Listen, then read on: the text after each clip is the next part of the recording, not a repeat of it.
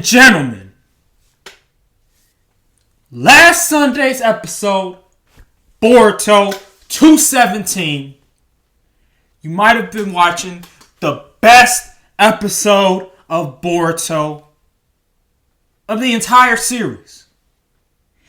That might have been the best looking anime episode of 2021, or maybe in the running, because what we saw in the latest episode was greatness, and I'm about to explain right now.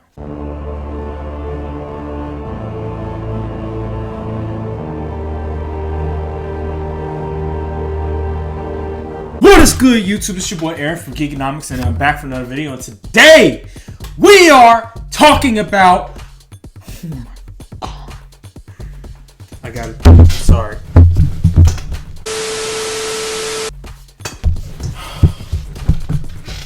I'm sorry. You know,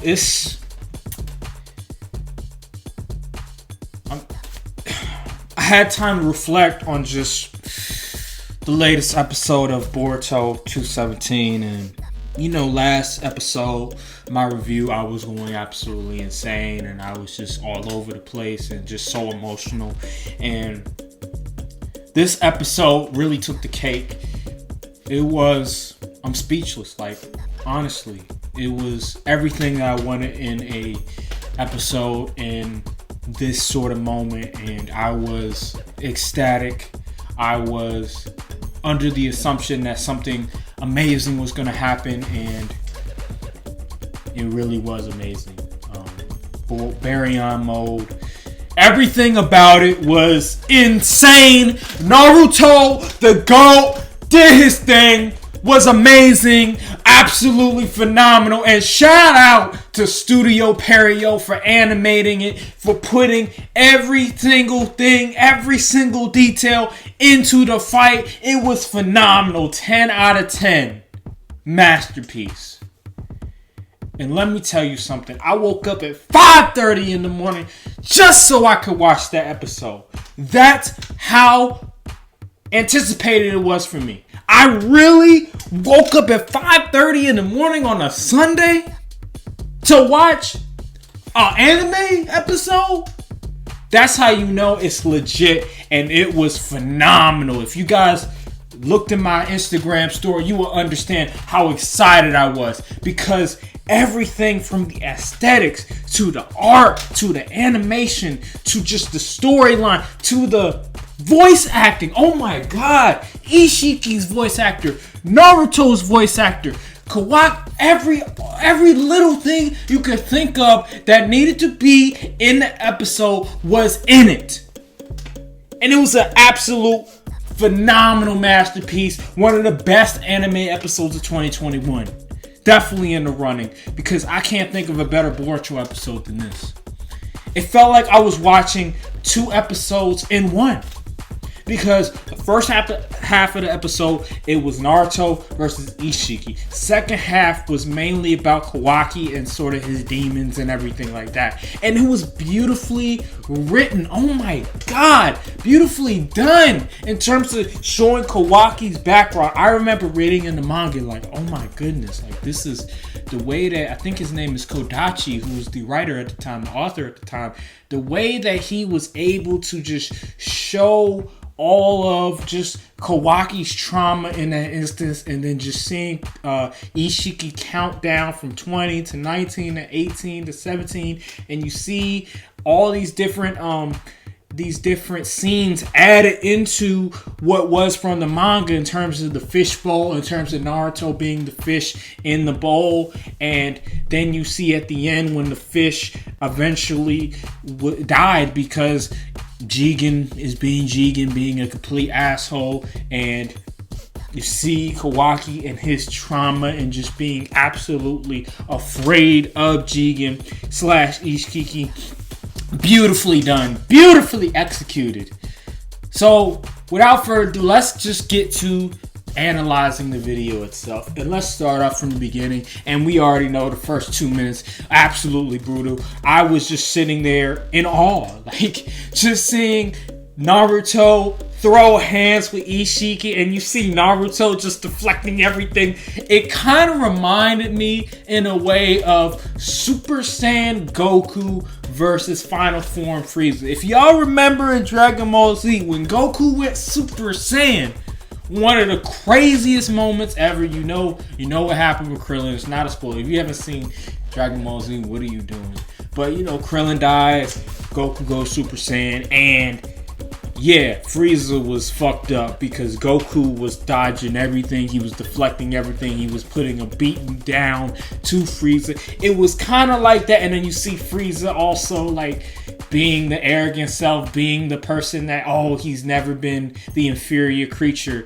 And you see with Isshiki, it's similar in a sense. You looking at Isshiki because Isshiki has never been the weaker opponent. He's never had to train. He's never bled before. Nobody has made Isshiki bleed before. And this is the first time that that's happened. Just like with Frieza when Goku was beating the shit out of him. Same is applied with Naruto. And you see just all the different sort of Dragon Ball elements in the Boruto/Naruto anime. And it's really applied in this instance as well with Goku versus Frieza. So that's really what it sort of reminded me of. But get back to just the whole story itself, the whole episode. And you see just Naruto just deflecting everything. Because of that Baryon mode, because of that increase in power, he also had an increase in speed, and he was able to anticipate all of Ishiki's moves. And I said this on Twitter. I was like, listen, Isshiki is not a shinobi. He relies strictly on power. Sure, he knows how to fight a little bit. Yeah, of course. But in terms of the ninja arts, in terms of really knowing how to fight, you feel me? He not messing with Sasuke and Naruto.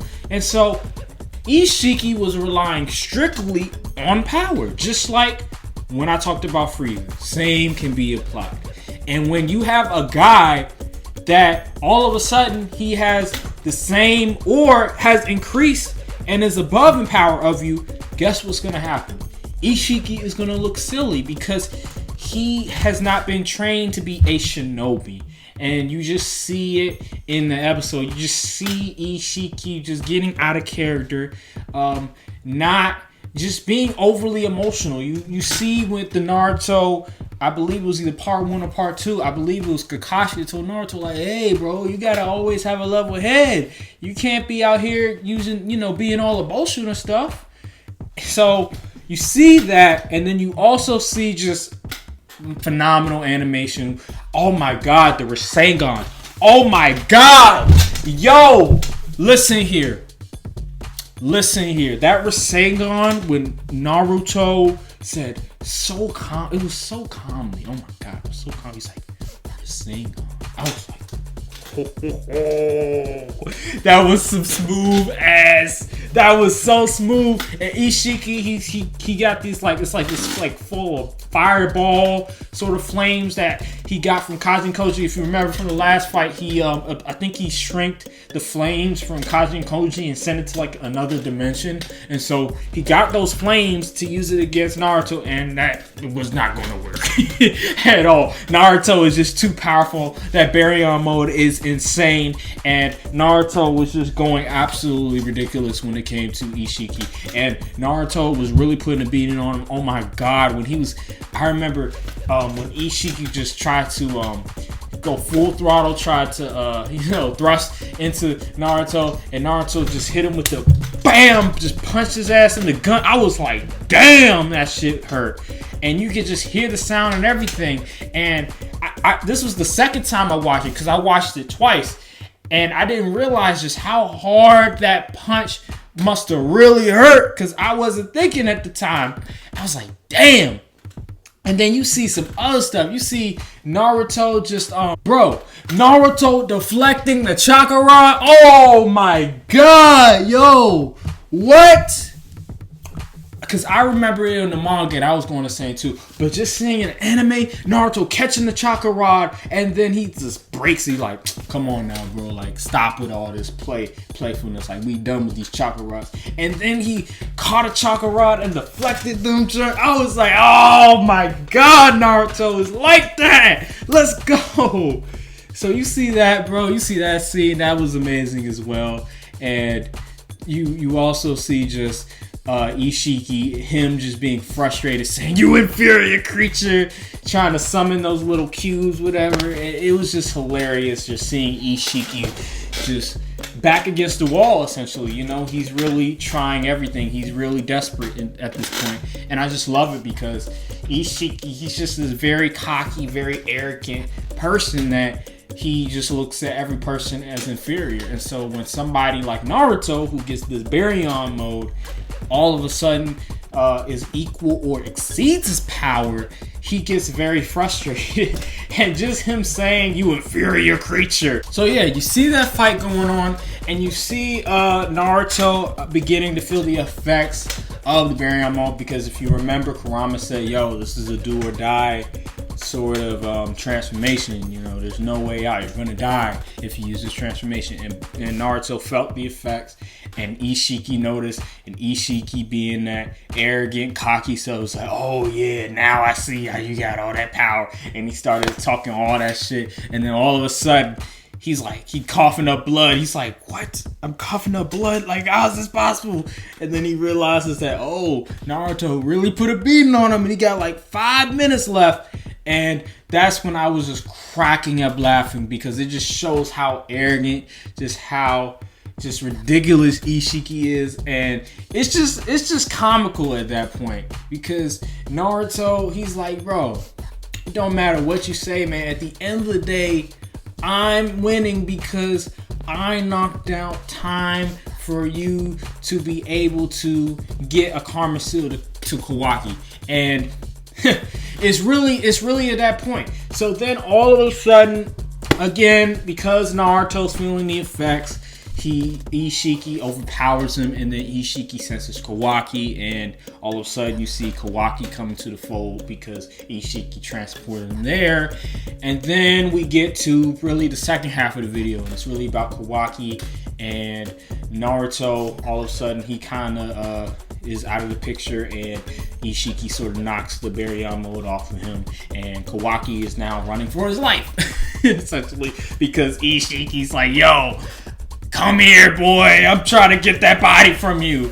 And so this was, second half of the video was unbelievable as well. Like, in terms of the voice acting for Isshiki, oh my god, I absolutely loved it. Especially when the voice actor said, Kawaki! Like, oh man, that was so insanely good voice acting. You got that voice actor just deserves an Emmy for that one. And so you see just Sasuke using the Rinnegan again. Remember Jigen slash Isshiki saying that annoying Rinnegan. And here comes Sasuke again using his Rinnegan to transport Kawaki away. And Sasuke, you know, again being like, he's essentially like Vegeta now. Just, you know, he's OP, but he's still doing dirty by the author. So then we fast forward, we see just the backstory of Kawaki and his trauma with Jigen slash Isshiki, and it was just beautifully done, just in terms of the art, in terms of just the analogy of Naruto being the fish in the little pond, whatever, in the fishbowl, excuse me, and seeing Isshiki count down from 20 before he's going to kill Naruto. And you just see that Jigen did the same thing in that flashback as well, and Kawaki just sitting there just traumatized and just scared for his life. But then we see Kawaki's resolve. We see Kawaki like, you know what? This guy Naruto, he's done so much for me. He's treated me like his own son.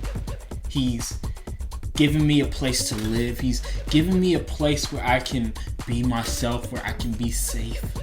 I need to come out of here and save Naruto Uzumaki. And yes, sir, Kawaki. And at the end, when he's on the top of that little mountain, that little cliff, whatever, just beautiful art. Absolutely love it. At the end of the day, this episode was a 10 out of 10.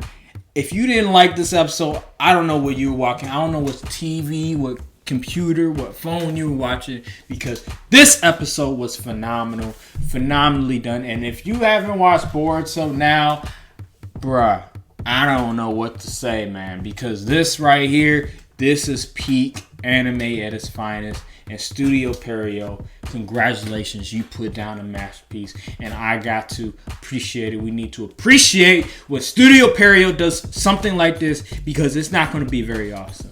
Thank you guys for watching this video. I hope you guys enjoyed this video. Please subscribe to my channel. I need more subscribers. Please like the video as well, because I need more likes as well. Thank you guys for watching this video, and peace.